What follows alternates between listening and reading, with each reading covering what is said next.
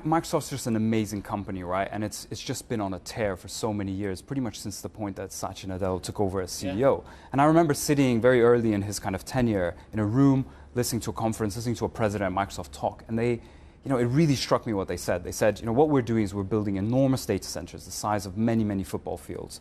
And then what we're doing is we're selling that capacity as cloud services to other companies, but we're also running all of our own services on these servers. Yep. So we're effectively our own customer. So every day we're getting better for our customers externally, but we're also getting better for our own customers or internal customers, things like Xbox, things like Office 365. And to me, that really struck me, and I thought, well, that's amazing. That's really how you want to set up your own business.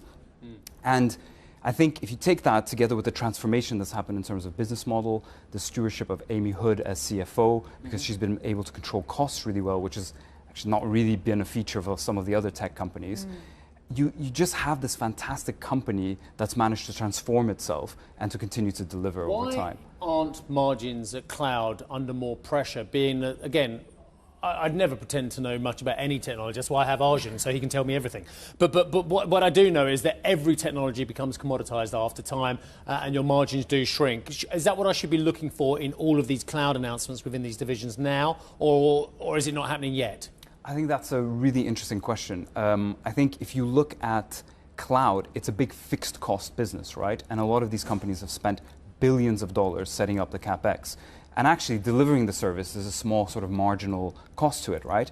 And so what you're seeing is that the revenues are coming through because the margin cost is so low, the gross margin drop through is really high. But the truth is they've obviously spent a ton on this CapEx picture.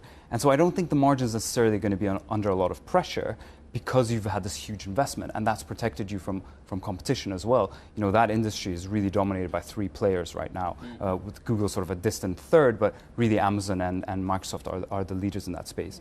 What will be really interesting about margins is the AI revolution, right? Because we all know and we've read that large language models are very expensive to train, and they're even more expensive to deliver queries, right? And of course, this technology will get better, but the truth is you need a lot of capacity, hence why NVIDIA, is raising numbers.